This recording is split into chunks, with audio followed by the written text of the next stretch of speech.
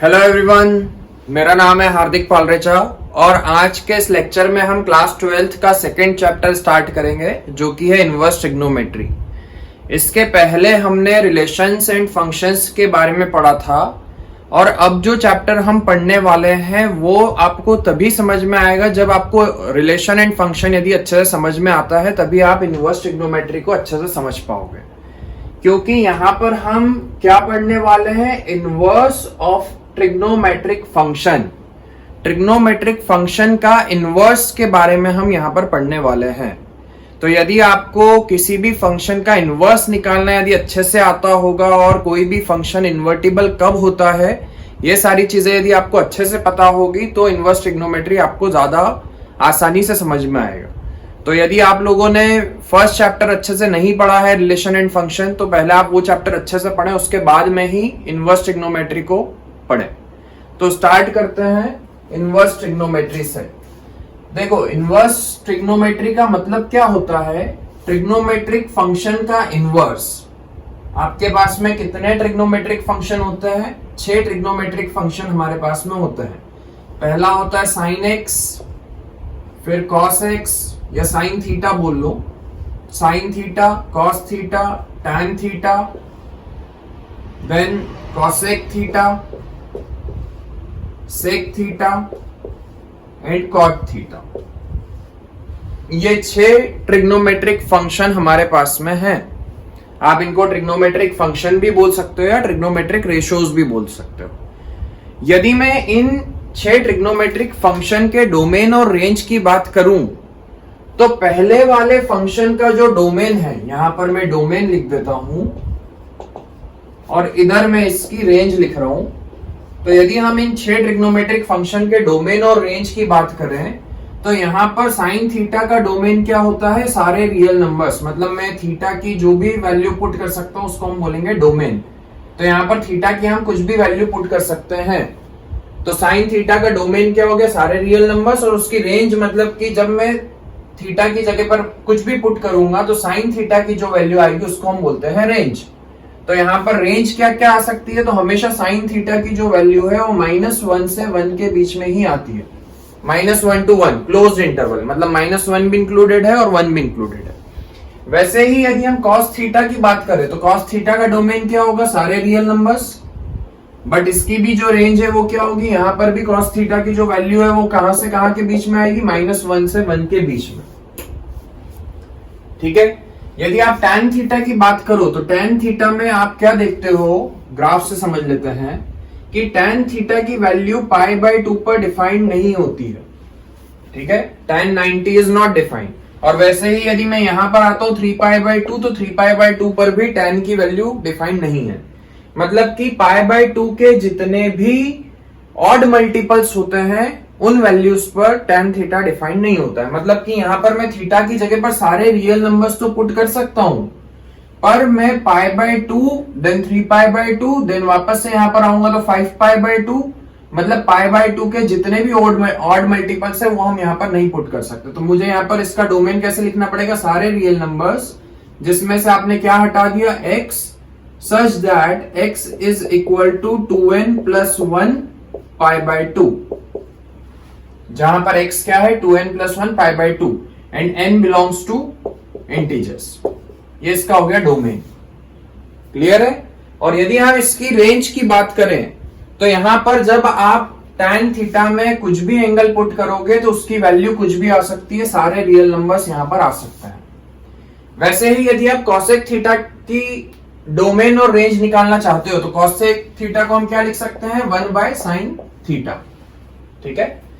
अब आप यहां पर देखो कि यहां पर मैं थीटा की जगह पर क्या नहीं पुट कर सकता हूं। यदि मैं थीटा की वैल्यू 0 ले लेता हूं तो 1/sin 0 मतलब 1/0 आ जाएगा और 1/0 नॉट डिफाइंड होता है। मतलब कि मैं यहां पर थीटा की जगह पर सारे रियल नंबर्स पुट कर सकता हूं बट 0 नहीं पुट कर सकता हूं। 0 नहीं पुट कर सकता हूं देन पाई पुट नहीं कर सकता हूं, क्योंकि 0 पर भी 0 आएगी वैल्यू और पाई पर भी 0 आएगी। मतलब कि जितने भी पाई के इवन मल्टीपल, ऑड मल्टीपल्स है, यहां पर मुझे क्या लिखना पड़ेगा, x such that x is equal to n pi where n belongs to integers। ठीक है। एन पाई मतलब कि यदि मैं यहां पर एन की वैल्यू 0 लेता हूं तो एक्स की वैल्यू आ जाएगी 0, यदि 1 लूंगा तो पाई आ जाएगी, देन 2 लूंगा तो वापस से 2 पाई आ जाएगी, 3 पाई 4 पाई, तो ये सारी वैल्यूज मैं एक्स की जगह पर नहीं पुट कर सकता हूं। और यदि आप इसके रेंज की बात करो तो यहां पर रेंज क्या आएगी बताओ। तो देखो यहां पर भी सारे रियल नंबर्स आ सकते हैं, बट उस रियल नंबर में -1 से लेकर के 1 के बीच के नंबर नहीं आएंगे, -1 से 1 के बीच के नंबर यहां पर नहीं आएंगे। ऐसा क्यों? ये आपने वैसे 11th क्लास में अच्छे से डिटेल में पढ़ा होगा, बट फिर भी हम एक बार इसको समझ लेते हैं कि यदि मैं यहां पर कॉसेक थीटा की वैल्यू निकालू तो कॉसेक थीटा होता है 1/sin थीटा, ठीक है। यदि आप देखो साइन थीटा की जो वैल्यू है वो कहां से कहां के बीच में होती है, -1 से 1 के बीच में, ठीक है। मान लेते हैं कि साइन थीटा की वैल्यू है 0.5, तो मैंने यहां पर 0.5 पुट किया तो कितनी आएगी वैल्यू, 2 आएगी। वैसे ही जब आप साइन थीटा की अलग अलग वैल्यूज पुट करोगे तो इस पूरे की जो वैल्यू है वो हमेशा या तो 1 से बड़ी आएगी या फिर -1 से छोटी आएगी, बट -1 और 1 के बीच में नहीं आएगी, समझे।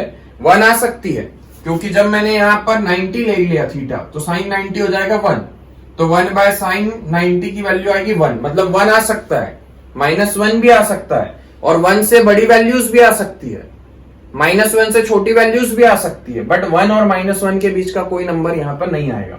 तो सारे रियल नंबर्स आ सकते हैं बट -1 से 1 के बीच का नंबर नहीं आएगा। यहां पर मैंने ओपन इंटरवल लगाया है।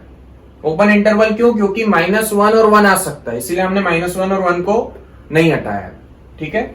फिर उसके बाद में यदि हम बात करते हैं सेक थीटा की, तो सेक थीटा का भी यदि आप डोमेन निकालोगे तो वो क्या आएगा, जो tan थीटा का होता है वही सेक थीटा का होता है। तो x such that x is equal to 2n plus 1 pi/2 where n belongs to integers, ठीक है। और इसकी आप यदि रेंज निकालते हो तो यहां पर सेक थीटा की रेंज क्या होगी, वो होगी सारे रियल नंबर्स एक्सेप्ट -1 to 1, -1 से 1 के बीच का नंबर नहीं आएगा, बाकी सारे रियल नंबर्स आ सकते हैं, ठीक है। और वैसे ही यदि आप कॉट थीटा का डोमेन और रेंज निकालते हो तो कॉट थीटा का आपका डोमेन क्या आएगा, जो आपका कॉसेक का आता था वही कॉट का आएगा। तो सारे real numbers except x such that x belongs to x is equal to n pi and n belongs to integers, ठीक है। और यदि आप इसके रेंज की बात करते हो तो कॉट की रेंज आएगी, सारे रियल नंबर्स यहां पर आ सकते हैं कॉट थीटा में। इतना समझ में आ गया। ये वैसे आपका 11th के ट्रिग्नोमेट्रिक का पार्ट है, क्योंकि हम अभी इनवर्स ट्रिग्नोमेट्रिक फंक्शंस के बारे में पढ़ने वाले हैं। ये तो आपका एक ट्रिग्नोमेट्रिक फंक्शन है, तो ये ट्रिग्नोमेट्रिक फंक्शन का डोमेन और रेंज होता है। पर हम आज क्या पढ़ने वाले हैं, किसी भी इनवर्स ट्रिग्नोमेट्रिक फंक्शन का डोमेन और रेंज क्या होगा। तो यदि आपको किसी फंक्शन का इनवर्स निकालना है तो पहले हमने उस फंक्शन की डोमेन और रेंज निकाली। अब हम ये देखेंगे कि जब इसका इनवर्स निकाला जाएगा तो वहां पर डोमेन और रेंज क्या रहेगा। अब देखो, इसके पहले वाले चैप्टर में आपने एक चीज समझी थी कि किसी भी फंक्शन का यदि आपको इनवर्स निकालना है, ठीक है, यदि कोई भी फंक्शन को आपको इनवर्स बनाना है उसका, तो वो इन्वर्टिबल तभी होता है जब वो 1 भी हो और ऑन टू भी हो। तो यदि मुझे साइन थीटा का इनवर्स निकालना है तो मुझे ये देखना पड़ेगा कि साइन थीटा इस डोमेन और रेंज में 1 और ऑन टू है या नहीं है। और यदि वो इस डोमेन रेंज में 1 ऑन टू नहीं होगा तो आपको उसके डोमेन और रेंज को चेंज करना पड़ेगा। डोमेन और रेंज को हम कुछ इस तरीके से चेंज करेंगे जिससे कि वो 1 भी हो जाए और ऑन टू भी हो जाए, तभी हम उसका इनवर्स निकाल सकते हैं। तो हम एक एक फंक्शन का इनवर्स निकालना सीखेंगे और हम पढ़ेंगे कि डोमेन और रेंज भी क्या होता है। तो ये सारी चीजें जो है ये आपको पता होनी चाहिए, तभी हम इनवर्स निकाल पाएंगे। सबसे पहले हम बात करते हैं साइन थीटा की।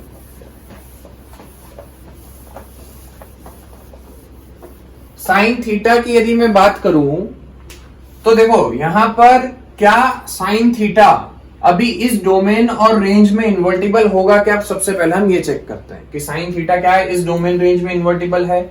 तो यदि हम यहां पर साइन थीटा का ग्राफ बनाएं, देखो साइन थीटा का ग्राफ कैसा होता है, ये 0 डिग्री, ये 0, ये पाई बाय 2, रेडियंस में ले रहे हैं, then pi, then 3 pi by 2, then 2 pi, इधर minus pi by 2, minus pi, minus 3 pi by 2 and then minus 2 pi. Sine 0 0 होता है, साइन 90 1 होता है, तो यहां पर 1 आएगा, और इसका जब आप ग्राफ बनाओगे तो कुछ ऐसा ग्राफ इसका बनेगा, एंड सो ऑन, ऐसा चलता जाएगा, इधर भी इंफिनिटी तक, इधर भी इंफिनिटी तक। ये आपका -1 है और यहां पर आपकी वैल्यू आ रही है 1। अब देखो, यदि मैं यहां पर सबसे पहले तो आपको देखना है कि क्या साइन का जो फंक्शन है, क्या ये 1 1 है क्या। तो देखो, यदि मैं बात करता हूं यहां से यहां तक की बात करते हैं, 0 से 2 पाई के बीच में, तो यहां पर बहुत सारे एंगल्स ऐसे होंगे जहां पर वैल्यूज रिपीट होगी। इस पूरे फंक्शन में तो बहुत सारे एंगल्स ऐसे होंगे जहां पर वैल्यू रिपीट होगी। जैसे कि यहां पर देखते हैं, कि यहां पर इस एंगल पर साइन की जो भी वैल्यू आएगी वो कुछ ही आएगी, और सिमिलरली ये यहां पर जो एंगल होगा उस एंगल पर भी साइन की वैल्यू वही आएगी जो पहले आ चुकी है। ठीक है, वैसे ही यदि आप यहां पर देखो तो यहां पर साइन की वैल्यू कुछ यहां आ रही है, और इधर भी देखोगे तो साइन की वैल्यू कुछ आएगी, मतलब ये सेम आ रही है। इसका क्या मतलब है कि यहां पर दो एंगल पर साइन थीटा की वैल्यू सेम आ रही है, और ऐसे बहुत सारे एंगल्स होंगे जहां पर वैल्यू बार बार रिपीट करेगी। तो इसका मतलब अभी ये फंक्शन 1 1 नहीं है। देखो, इसको ग्राफ से आपको यदि समझ में नहीं आ रहा है तो हम ऐसे समझते हैं कि थीटा की जगह पर कोई भी रियल नंबर हो सकता है, और इधर डोमेन तो आपका रियल नंबर्स हो गए, और रेंज में आपका -1 से 1 के बीच के नंबर्स होंगे। अब यहां पर सारे एंगल्स हो सकते हैं, 0 भी हो सकता है, पाई बाय 2 भी हो सकता है, 3 पाई बाय 2 भी हो सकता है। ठीक है, देन पाई बाय 2 भी हो सकता है, पाई भी हो सकता है, 3 पाई बाय 2 भी होगा, 2 पाई बाय 2 पाई भी होगा, उधर माइनस पाई बाय 2 होगा, माइनस पाई भी होगा। ठीक है, -3 पाई बाय 2 भी होगा, -2 पाई भी होगा, और ऐसे चलता जाएगा। अब देखो, यदि मैं साइन 0 डिग्री पर साइन की वैल्यू निकालोगे तो कितनी आएगी, 0 आएगी। वैसे ही पाई पर भी वैल्यू कितनी आएगी, 0 आएगी। माइनस पाई पर भी साइन की वैल्यू कितनी आएगी, 0 आएगी। तो यहां पर हम क्या देख रहे हैं कि 3 एंगल तो आपको यहीं पर दिख रहे हैं कि 3 एंगल ऐसे हैं जिन पर तीनों एंगल्स पर वैल्यू कितनी आ रही है, 0 के इक्वल आ रही है। इसका मतलब कि साइन फंक्शन जो है ये 1 1 नहीं होता है। ऑन-टू तो होगा। ऑन-टू क्यों होगा, क्योंकि यहां पर -1 से 1 के बीच के ही नंबर्स हैं, और साइन की जो वैल्यू है वो -1 से 1 के बीच में ही आती है। तो मतलब कि यहां पर हर नंबर इधर का पेयर हो जाएगा और कोई भी नंबर छूटेगा नहीं, मतलब ये ऑन-टू तो है। पर क्या ये 1 1 है क्या, तो अभी ये फंक्शन 1 1 नहीं है। और यदि ये फंक्शन इस डोमेन रेंज में 1 1 नहीं है तो हम इसका अभी इनवर्स नहीं निकाल सकते। तो अब मुझे कुछ ऐसा करना पड़ेगा जिससे कि ये फंक्शन का इनवर्स निकालना पॉसिबल हो जाए। तो हम उसकी डोमेन और रेंज को चेंज करेंगे। तो मैंने क्या किया, मैंने यहां पर साइन का ग्राफ देखा, और यदि मैं देखूं ये यहां से लेकर के -पाई बाय 2 से लेकर के यदि आप पाई बाय 2 तक की बात करो, तो इतने इतने रेंज में, इतने इतने रीजन में कोई भी वैल्यू रिपीट नहीं हो रही है। आप भले ही -पाई बाय 2 से पाई बाय 2 के बीच में कोई भी एंगल ले लो, देखो यहां पर इस एंगल पर वैल्यू आ रही है, फिर वैल्यू बढ़ती जाएगी, बढ़ती जाएगी, बढ़ती जाएगी, बढ़ती जाएगी, बढ़ रही है, बढ़ रही है, बढ़ रही है, और फिर 1 आ जाएगी। -पाई बाय 2 पर वैल्यू आ रही थी -1, जैसे जैसे आप एंगल बढ़ाओगे तो वैल्यूज भी बढ़ती जाएगी, बढ़ती जा रही है, बढ़ती जा रही है, और पाई बाय 2 पर जैसे ही पहुंचोगे तो साइन फंक्शन की वैल्यू हो जाएगी 1, और उसके आगे यदि आप जाते हो तो वापस से वैल्यूज रिपीट होना चालू हो जाएगी। तो हमने देखा कि यदि मैं साइन फंक्शन को कहां से कहां तक देखूं, सिर्फ -पाई बाय 2 से पाई बाय 2 तक देखूं, मतलब यदि हम उसके डोमेन को फिक्स कर दें डोमेन में हम डोमेन को रिस्ट्रिक्ट कर दे, कहां से कहां तक ले ले, -π/2 से π/2 तक। यदि हम साइन फंक्शन का डोमेन -π/2 से π/2 कर दें तो -π/2 से π/2 पर हर वैल्यू आ जाएगी -1 से 1 के बीच की। और यहां पर हम देखेंगे कि कोई भी दो एंगल पर सेम वैल्यू नहीं आएगी, मतलब कि ये फंक्शन अब 1 1 बन चुका है। और यदि ये फंक्शन अब 1 1 बन गया तो अब हम इसका इनवर्स निकाल सकते हैं। यदि इधर से इधर के फंक्शन को हम साइन थीटा बोल रहे हैं, y = साइन थीटा या y = साइन x बोल लो, तो ये यहां से यहां पर जो फंक्शन बनेगा उसको हम बोलेंगे sine inverse y, x = sine inverse y। ठीक है। और जब मैं इधर वाले सेट से इधर वाले सेट पर जब मैं फंक्शन बनाऊंगा तो अब ये साइन इनवर्स y का ये डोमेन हो जाएगा और ये उसकी रेंज हो जाएगी। समझे? तो यहां पर साइन इनवर्स फंक्शन का डोमेन क्या होगा, -1 से 1, जिसमें -1 भी इंक्लूडेड है और 1 भी इंक्लूडेड है क्लोज इंटरवल पर। और उसकी रेंज क्या हो जाएगी, -π/2 से π/2। समझ गए? तो इस तरीके से हम साइन इनवर्स फंक्शन का डोमेन और रेंज फाइंड करते हैं। अब आपके दिमाग में एक क्वेश्चन यह आ रहा होगा कि सर आपने -π/2 से π/2 तक ही क्यों लिया? यदि मैं यहां पर देखूं π/2 से 3π/2 पे, तो यहां पर भी कोई वैल्यू रिपीट नहीं हो रही है। या फिर आप इसके आगे वाले इंटरवल पर चले जाओ, वहां पर भी कोई वैल्यू रिपीट नहीं हो रही है। या फिर आप इधर इसके पीछे वाले इंटरवल पर आ जाओ, यहां पर भी कोई वैल्यू रिपीट नहीं हो रही है। तो हम सिर्फ यही वाले रीजन पर उसका इनवर्स क्यों फाइंड करते हैं? इसको हम बोलते हैं प्रिंसिपल ब्रांच। Principal branch. तो देखो, हाँ ये बात सही है कि इस वाले -π/2 से π/2 में भी उसका इनवर्स निकाला जा सकता है, फिर इस इंटरवल में भी उसका इनवर्स निकाला जा सकता है, उसके आगे वाले इंटरवल में भी उसका इनवर्स निकाला जा सकता है। पर आपको एक स्टैंडर्ड बनाना पड़ेगा ताकि आप जब क्वेश्चन को सॉल्व करो तो सबके आंसर सेम आए। तो इसीलिए हमने एक स्टैंडर्ड इंटरवल डिसाइड कर लिया हर एक फंक्शन के लिए कि साइन इनवर्स के लिए हम हमेशा जब भी वैल्यू निकालेंगे तो रेंज क्या करेंगे, रेंज को हमने कहां से कहां पर फिक्स कर दिया, -π/2 से π/2 के बीच में फिक्स कर दिया। समझ में आया?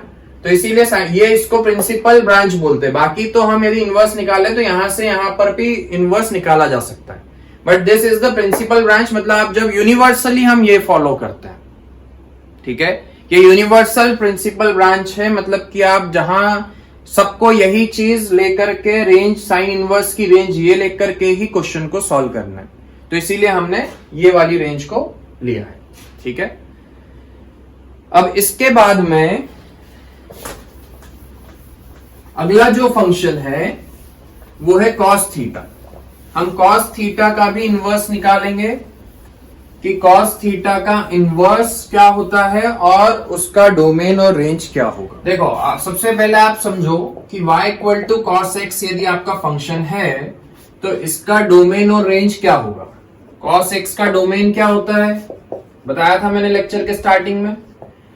ठीक है, यहां पर हम एंगल की जगह पर कोई भी रियल नंबर पुट कर सकते हैं इसमें x की जगह पर, तो डोमेन हो गया सारे रियल नंबर्स। और इसकी रेंज क्या होगी, तो रेंज होगी -1 से 1 के बीच में, क्योंकि cos थीटा की जो वैल्यू आती है वो मैक्सिमम वैल्यू आती है 1 और मिनिमम वैल्यू -1 आती है।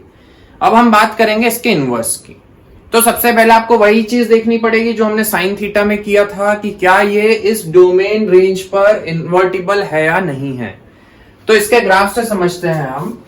cos x का आप ग्राफ बना लो, यहां पर x एक्सिस पर आपने एंगल ले लिया और ये हो गया आपका y, ये हो गया 0, this is π/2, then π, then 3π/2, then 2π, इधर आएगा -π/2, देन -π, देन -3π/2, देन -2π। cos 0 पर वैल्यू होती है 1। ठीक है, ये हो गया आपका 1, यहां पर ले लेते हैं -1। cos 0 होता है 1 एंड cos 90 कितना हो जाता है 0। तो यदि आप ग्राफ बनाओगे तो कुछ ऐसा ग्राफ इसका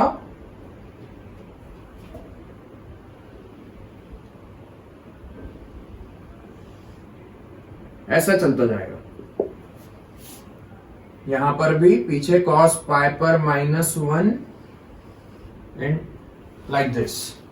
ठीक है, ये इधर आपकी वैल्यू आएगी -1, इधर भी -1 आएगी, पाई पर -1, माइनस पाई पर भी -1 एंड देन 0 पर 1, उसके बाद में 2 पाई पर 1। ठीक है,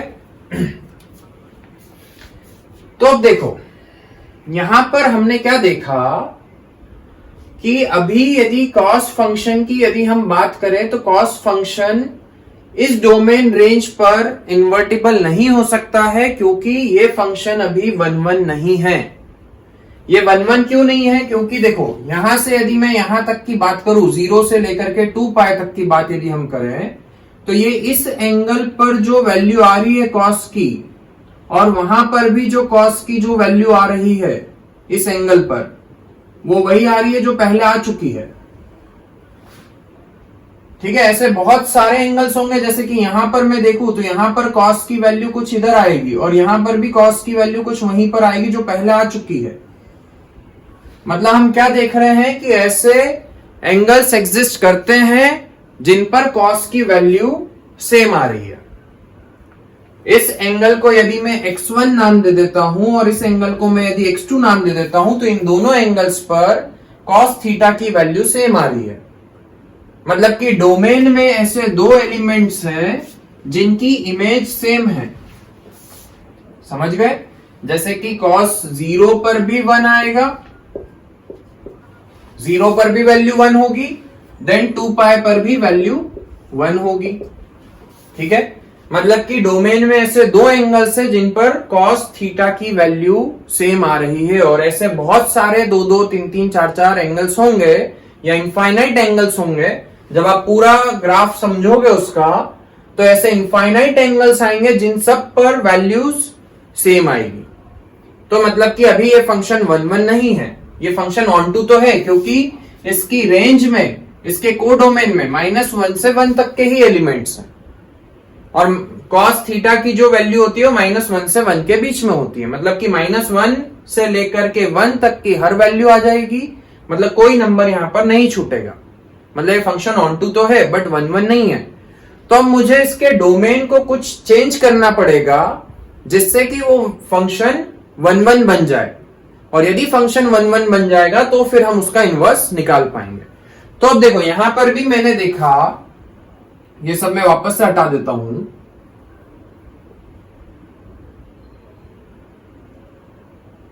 यहां पर यदि मैं इंटरवल ले लूं 0 से पाई तक का, ये 0 से लेकर के पाई तक का ये वाला इंटरवल यदि हम देखते हैं, तो इस इंटरवल में 0 पर वैल्यू आ रही है 1। फिर जैसे जैसे मैं एंगल आगे बढ़ूंगा, एंगल पर एक्स एक्सिस पर जैसे जैसे मैं आगे बढ़ूंगा, तो cos थीटा की वैल्यू कम होते होते होते होते होते 0 हो जाएगी, और फिर नेगेटिव में जाएगी और कितनी हो जाएगी? -1। तो हमने यहां से यहां तक 0 से पाई के बीच में देखा कि कोई भी वैल्यू रिपीट नहीं हो रही है। यदि मैं उस इंटरवल पाई से आगे जाता हूं तो उसके बाद में वापस से वैल्यूज रिपीट होना चालू हो जाएगी। तो मैंने एक काम किया कि इस फंक्शन को कहां से कहां तक लिया, उसका डोमेन मैंने क्या लिया है? साइन थीटा का 0 से पाई, और को डोमेन में क्या है? -1 से 1 तक। यदि 0 से पाई तक की हम डोमेन लें तो यहां पर ऐसा कोई भी एंगल नहीं होगा जिस पर की वैल्यू रिपीट होगी। ठीक है, ऐसे दो एंगल नहीं होंगे जिस पर सेम वैल्यू आएगी। मतलब अब ये फंक्शन 1 भी बन गया है और ऑन टू भी बन गया है। इधर वाले को यदि हम cos x बोल रहे थे, तो जब इधर से इधर पर जब फंक्शन बनाएंगे, इस वाले सेट से इस वाले सेट पर जब हम फंक्शन बनाएंगे, तो वो क्या हो जाएगा? x equal to cos inverse y, और ये cos इनवर्स y का ये क्या हो जाएगा? डोमेन, और ये क्या हो जाएगा? रेंज। तो मतलब cos इनवर्स y का, cos इनवर्स फंक्शन का डोमेन क्या होता है? -1 से 1, जिसमें -1 और 1 इंक्लूडेड है, क्योंकि -1 भी वैल्यू आ सकती है और 1 भी आ सकती है, और उसकी रेंज क्या हो जाएगी? 0 से पाई। इसको हम बोलते हैं principal value branch. Principal value branch, समझ गए? This is principal value branch. Principal value branch क्यों बोल रहे हैं? क्योंकि ऐसे तो बहुत सारे इंटरवल्स है जिस इंटरवल में वो फंक्शन 1 1 और ऑन टू होगा, पर हमने यही वाला इंटरवल क्यों लिया? क्योंकि ये यूनिवर्सली यही डिफाइंड है, ठीक है। इसलिए आपको यही इंटरवल लेना है जब भी आप किसी फंक्शन का कॉस फंक्शन का इनवर्स निकाल रहे हो, तो आपको उसकी रेंज क्या मानना है? 0 से पाई तक ही माननी है, ठीक है। अब इसके बाद में जो अगला फंक्शन है वो है tan x।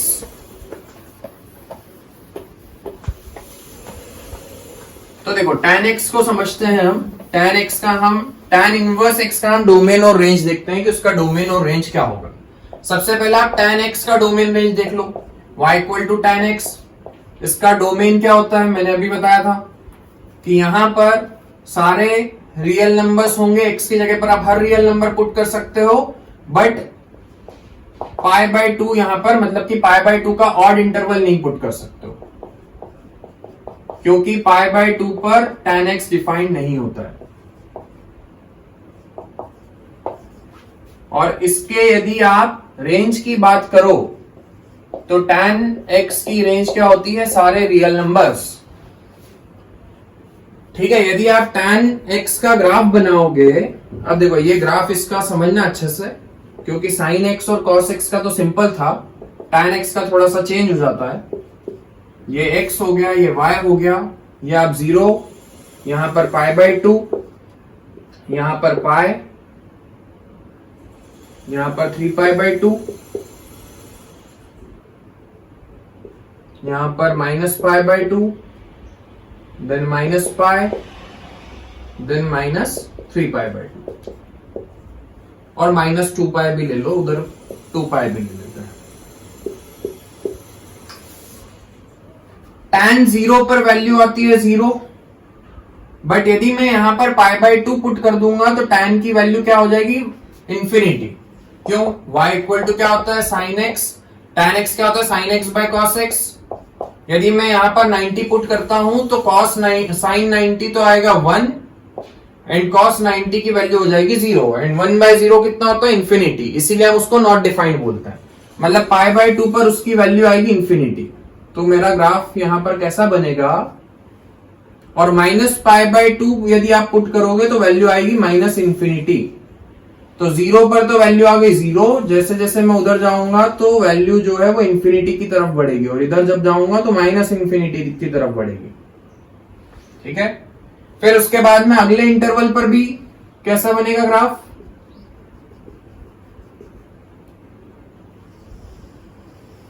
कुछ ऐसा। यहां पर कैसा बनेगा ग्राफ?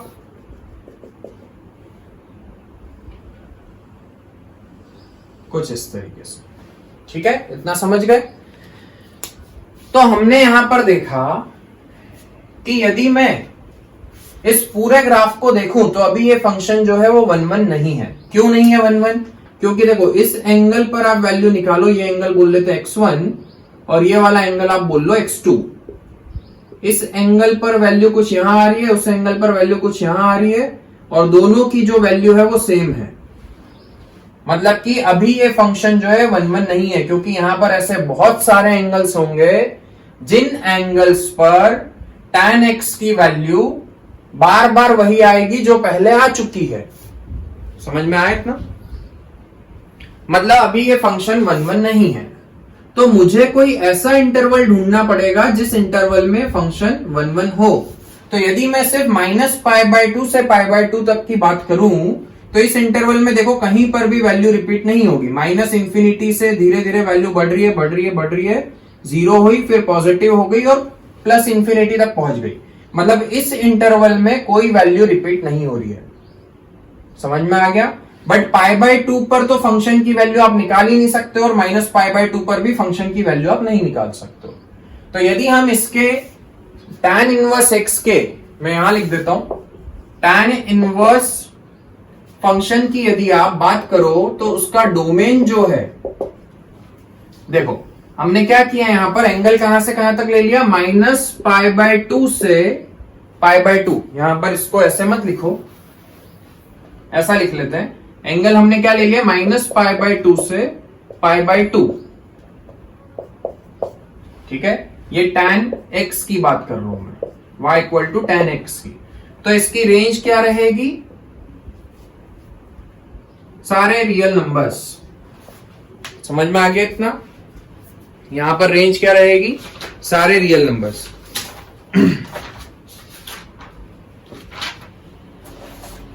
पर अब आप जब इसका इनवर्स निकालोगे, जब मैं इस रेंज की बात करूं तो यहां पर देखो मैंने ओपन इंटरवल लगाया है, क्योंकि -π/2 और π/2 को आपको इंक्लूड नहीं करना है, क्योंकि -π/2 और π/2 पर वैल्यू डिफाइंड नहीं होती है। बाकी आप -π/2 से π/2 के बीच का कोई भी एंगल लोगे तो सारे रियल नंबर्स यहां पर आएंगे। ठीक है, तो यहां पर आपका जब हम, ये तो हो गया यहां से यहां पर जो फंक्शन है उसको हम बोल रहे हैं y equal to tan x। जब आप इधर से इधर पर फंक्शन बनाओगे तो ये क्या हो जाएगा? डोमेन, और इसको हम क्या बोलेंगे? रेंज। तो ये आपका फंक्शन क्या हो जाएगा? x equal to tan inverse y। मतलब tan x का जब आप इनवर्स निकालोगे तो इनवर्स tan इनवर्स का डोमेन क्या होगा? सारे रियल नंबर्स, और उसकी रेंज क्या होगी? -π/2 से π/2 ओपन इंटरवल। π/2 और -π/2 इंक्लूडेड नहीं है। समझ में आ गया कि tan इनवर्स का डोमेन और रेंज क्या होती है? आपको वैसे ये सारी चीजें, या ये सब जो मैं आपको बता रहा हूं कि ये डोमेन और रेंज कैसे आ रहा है, ये सिर्फ मैं आपको समझाने के लिए बता रहा हूं। आपको सिर्फ उसका डोमेन और रेंज याद करके रखना है। जो आपका सीबीएसई बोर्ड लेवल की हम बात करें तो आपको इतना डिटेल में पढ़ने की जरूरत नहीं है, पर इनवर्स ट्रिग्नोमेट्री एक बहुत ही काम में आने वाला टॉपिक है, जो आपको कैलकुलस में बहुत ज्यादा काम में आएगा। तो यदि आपको बेसिक्स क्लियर नहीं होंगे तो आपको फिर बाद में भी चीजें समझ में नहीं आएगी। तो इसीलिए आपको बेसिक से पढ़ना बहुत जरूरी है। बाकी आपको हर इनवर्स ट्रिग्नोमेट्रिक फंक्शन की रेंज ही याद रखना है कि उनकी रेंज क्या होती है, और वो रेंज कैसे याद करना है उसकी भी मैं आपको एक शॉर्टकट ट्रिक बताऊंगा, जिससे कि आप कभी भी रेंज भूलोगे नहीं, उसमें कभी भी गलती नहीं करोगे। ठीक है, तो अब हम अगले फंक्शन का समझते हैं। अगला फंक्शन है साइन हो गया, कॉस हो गया, टैन हो गया। अब हम कॉसेक का समझेंगे। y equal to cosec x। यहां पर यदि हम डोमेन देखें इसका, तो डोमेन क्या होगा? सारे real numbers except x equal to n pi, where n belongs to integers. और इसकी रेंज क्या होगी? सारे real numbers except the numbers between -1 and 1। -1 से 1 के बीच का कोई भी नंबर नहीं आएगा, बाकी सारे रियल नंबर्स आएंगे, और -1 और 1 भी आ सकता है। इसीलिए मैंने यहाँ पर ओपन इंटरवल लगाया कि सारे रियल नंबर, उसमें -1 1 भी है, बट -1 से 1 के बीच का कोई नंबर नहीं है। अब हम इसका इनवर्स निकालते हैं। इनवर्स फंक्शन के लिए आपको ग्राफ बनाना पड़ेगा। ये हो गया आपका 0, ये हो गया π/2, ये पाई, ये 3π/2, और आगे 2π भी ले लो, ये 2π। इधर आ जाओ, -π/2, -π, -3π/2 एंड देन -2π। मैं यदि 0, कॉसेक 0 कितना होता है? इंफिनिटी, नॉट डिफाइंड मतलब इंफिनिटी, प्लस में ये हो गया आपका 1, और ये हो गया -1।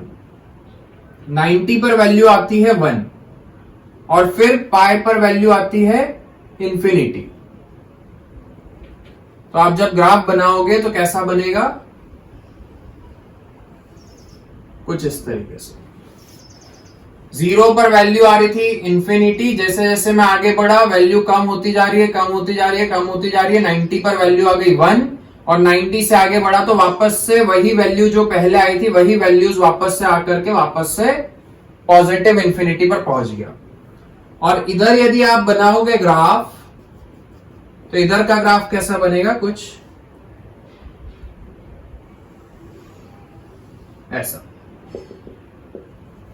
ठीक है, यहां पर जैसे ही आप 0 से पीछे जाओगे तो वैल्यू आएगी -इंफिनिटी, और जैसे जैसे पीछे आओगे तो माइनस इंफिनिटी से वैल्यू बढ़ती जाएगी और माइनस पाई बाय 2 पर -1 हो जाएगी और वापस से उधर जाओगे तो फिर से वैल्यू कम होगी। अब हमने यहां पर देखा कि अभी फंक्शन इन्वर्टिबल नहीं है, क्योंकि ऐसे बहुत सारे एंगल्स होंगे जहां पर वैल्यू रिपीट होगी, जैसे कि ये वाला एंगल, ये जो दो एंगल हैं, इन दोनों एंगल्स पर वैल्यू सेम आ रही है फंक्शन की, तो अभी फंक्शन इन्वर्टिबल नहीं होगा। तो आपको फंक्शन को यदि इन्वर्टिबल बनाना है तो हमें कोई एक ऐसा इंटरवल चूज करना पड़ेगा जिसमें फंक्शन 1 भी हो और ऑन टू भी हो। तो हमने क्या देखा कि -π/2 से लेकर के π/2 तक के बीच में कोई भी वैल्यू रिपीट नहीं हो रही है। देखो -π/2 से यदि मैं आगे बढ़ता हूं तो -1 से कम होती जाएगी वैल्यू और कितनी हो जाएगी -∞, और 0 पर तो वैल्यू नॉट डिफाइंड होगी, 0 पर वैल्यू नॉट डिफाइंड है। 0 से जैसे ही मैं आगे आया तो +∞ से चालू हुई और कहां तक जाएगी 1 तक। अब यदि उसके आगे मैं जाऊंगा तो वापस से वैल्यूज रिपीट होना चालू होगी। इसके पीछे यदि मैं जाता हूं, ये सब हटा दो, इस इंटरवल की हम बात नहीं करेंगे। हम कहां से कहां तक की बात करेंगे, -π/2 से लेकर के +π/2 तक, इतने इंटरवल की यदि मैं बात करूं, इतने इंटरवल की, तो इस इंटरवल में कोई भी वैल्यू रिपीट नहीं होगी। मतलब कि ये फंक्शन अब क्या बन गया है, 1 ऑन 2। ठीक है, मतलब कि आपने cos x y = cos x में आपको एंगल कहां से कहां तक रखना पड़ेगा, ऐसे मत लिखो, उसका डोमेन आपने क्या कर दिया, -π/2 से π/2 तक, जिसमें -π/2 इंक्लूडेड है एंड π/2 भी इंक्लूडेड है, एक्सेप्ट 0 नहीं होगा यहां पर। और जब आप इसकी रेंज देखोगे तो रेंज क्या आएगी, सारे रियल नंबर्स एक्सेप्ट -1, 1 के बीच के सारे नंबर्स को हटाने के बाद में सारे रियल नंबर्स आएंगे। तो जब हम अब इसका इनवर्स बनाएंगे तो इनवर्स इधर से इधर पर बनेगा, और ये इनवर्स क्या कहलाएगा, cosec इनवर्स y। तो उसका डोमेन क्या हो जाएगा, cosec इनवर्स y का,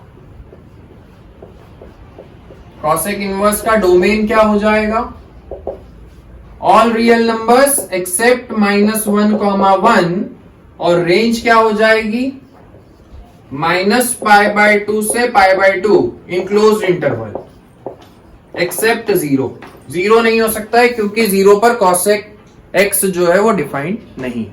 तो ये उसका हो गया डोमेन और ये हो गया रेंज cosec इनवर्स का। अब इसके बाद में हमारे पास में जो अगला फंक्शन है cosec x हो गया। अब हम sec x का पढ़ लेते हैं।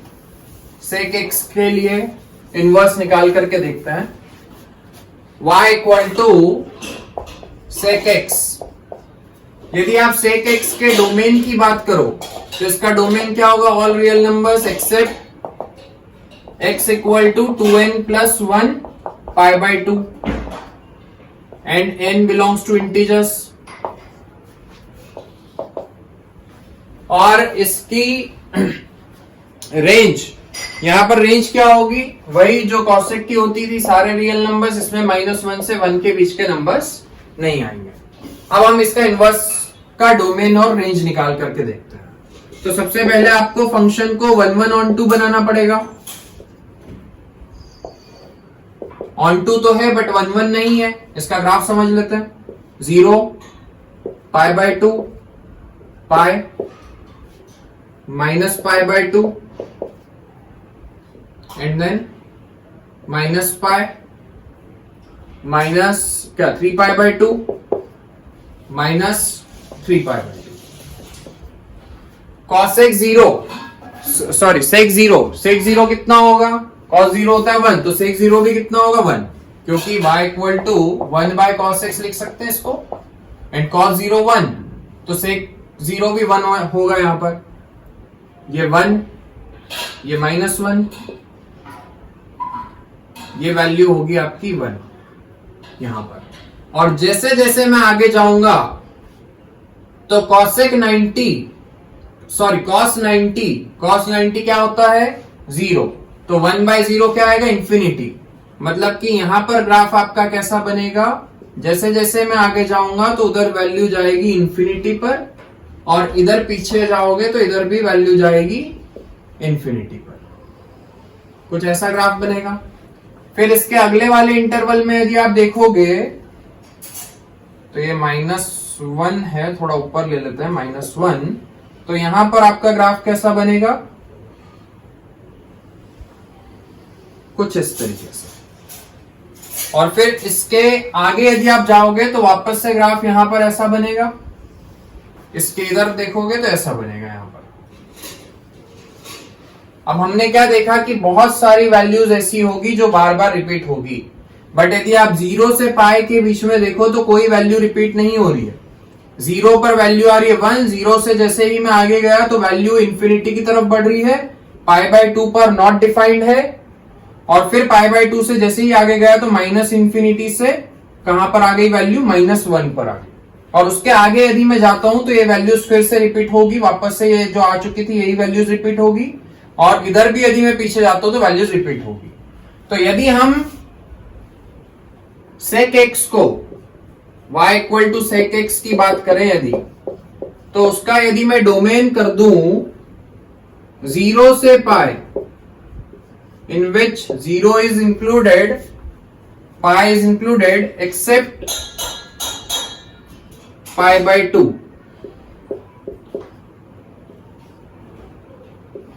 तो वैल्यूज क्या आएगी, सारे रियल नंबर्स, बट -1 और 1 के बीच का कोई नंबर यहां पर नहीं होगा।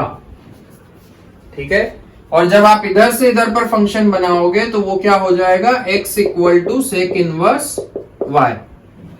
तो sec इनवर्स y का डोमेन होगा ये वाला और उसकी रेंज होगी ये। तो इसीलिए sec इनवर्स की बात जब हम करते हैं तो उसमें डोमेन क्या रहेगा, सारे रियल नंबर्स, -1 से 1 के बीच के नंबर्स नहीं आएंगे, और उसकी रेंज क्या हो जाएगी 0 से पाई, 0 और पाई इंक्लूडेड है, बट π/2 नहीं रहेगा इसमें, क्योंकि π/2 पर sec इनवर्स sec x जो है वो डिफाइंड नहीं है। समझ गए। अब इसके बाद में जो अगला फंक्शन है वो है cot x, y = cot x। आपको अब y = cot x का इनवर्स निकालना है। तो यहां पर cot x का डोमेन क्या होता है और इसकी रेंज क्या होती है। तो डोमेन में तो हम सारे रियल नंबर्स पुट कर सकते हैं। डोमेन क्या होगा, y = cot x को हम क्या लिख सकते हैं, cos x/sin x, और जब जब sin x की वैल्यू 0 होगी तब तब cot x नॉट डिफाइंड होगा। मतलब कि सारे real numbers except x = n π and n belongs to integers. ठीक है। और इसकी रेंज क्या होगी, सारे रियल नंबर्स। अब इसका आप ग्राफ बना लो, क्योंकि ये फंक्शन अभी 1 नहीं है, तो हम यहां पर क्या करना चाह रहे हैं, प्रिंसिपल वैल्यू ब्रांच निकालेंगे कि कौन सी ब्रांच में फंक्शन 1 और ऑन टू होगा, उस ब्रांच में उसका फंक्शन का इनवर्स निकाला जा सकता है। तो इसीलिए हम ग्राफ से समझ रहे हैं उसको। ये 0, ये π/2, देन पाई, 3π/2, -π/2, -π, -3π/2। ग्राफ बना लेते हैं। 0 पर तो वैल्यू नॉट डिफाइंड होगी, मतलब इंफिनिटी, और 90 डिग्री पर वैल्यू आ जाएगी 0। कैसे आएगी, y = cos x/sin x। यदि मैं यहां पर एंगल 90 पुट करता हूं तो cos 90 0/1 0 आएगी वैल्यू, और फिर वापस से मैं यदि पाई पुट करता हूं तो -इंफिनिटी आ जाएगी। तो आपका ग्राफ कैसा बनेगा, कुछ इस तरीके से।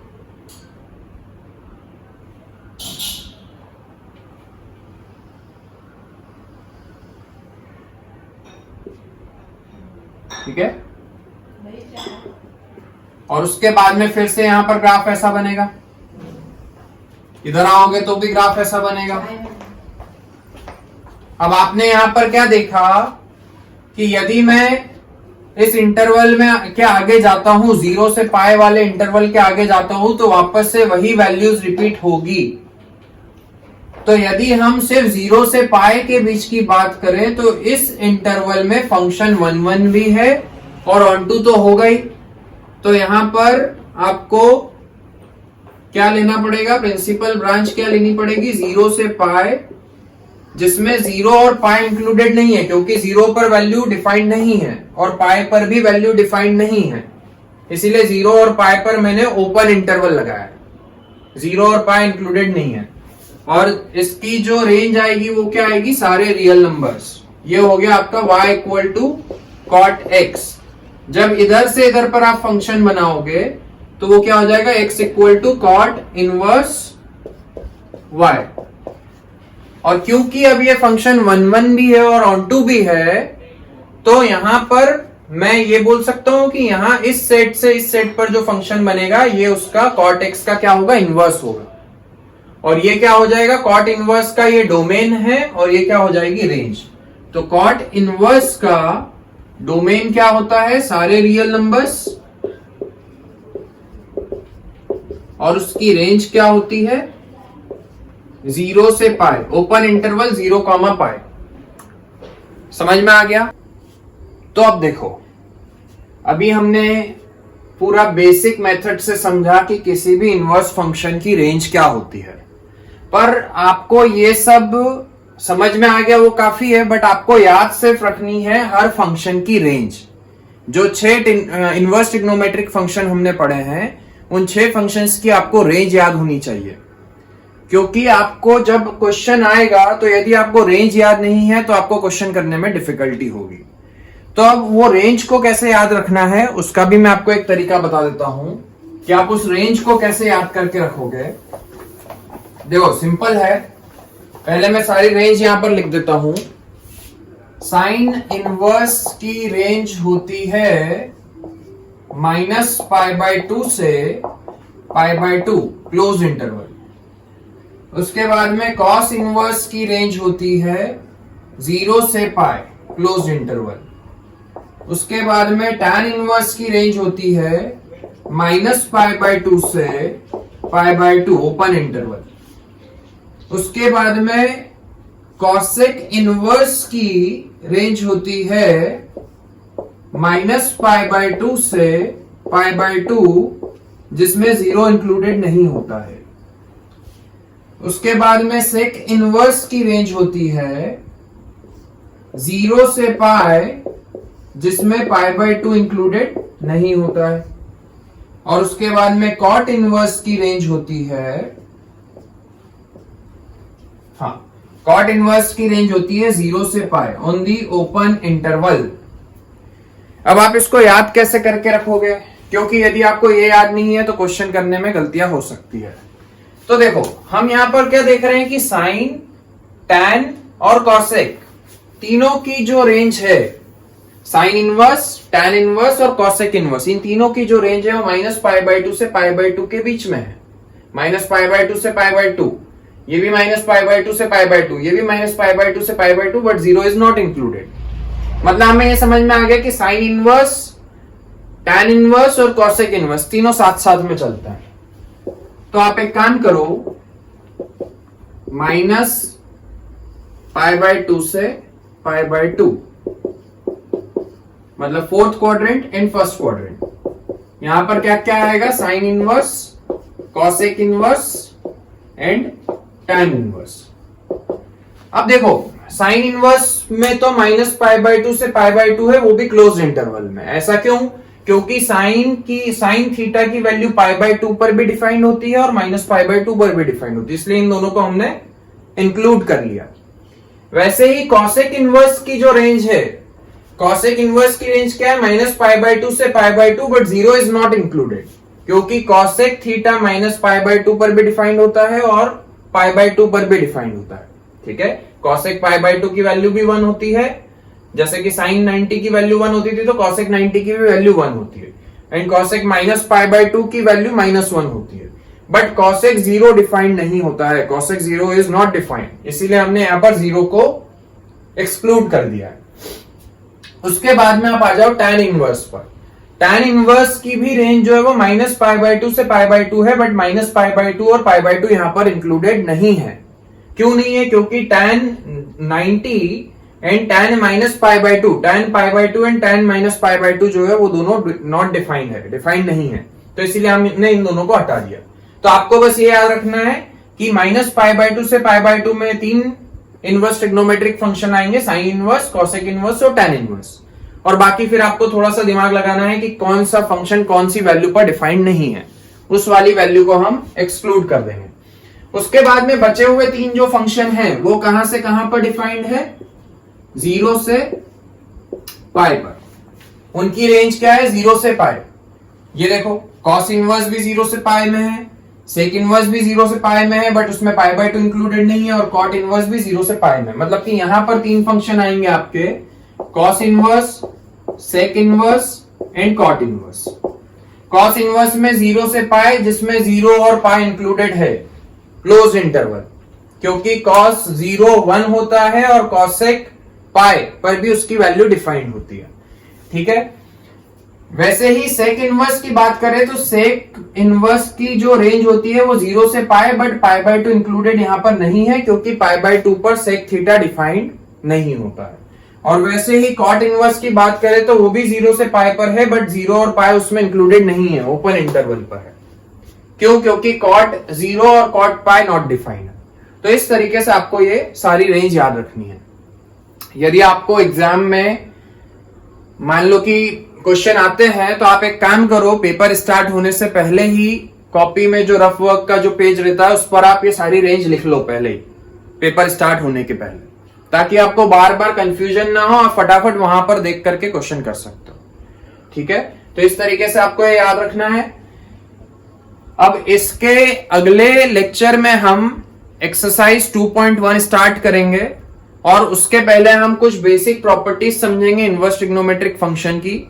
आपकी एनसीईआरटी में बहुत ब्रीफ में दिया हुआ है इस चैप्टर में, बट हम थोड़ा ज्यादा डिटेल में सारी चीजों को समझेंगे, क्योंकि ये चैप्टर यदि आपको समझ में नहीं आएगा तो आपको कैलकुलस में भी प्रॉब्लम आएगी। ठीक है। तो आप जितना मैंने आज पढ़ाया है वो सारी चीजें आप रिवाइज करो अच्छे से। इसके बाद में हम अगले लेक्चर में एक्सरसाइज 2.1 स्टार्ट करेंगे। तब तक के लिए all the best, thank you.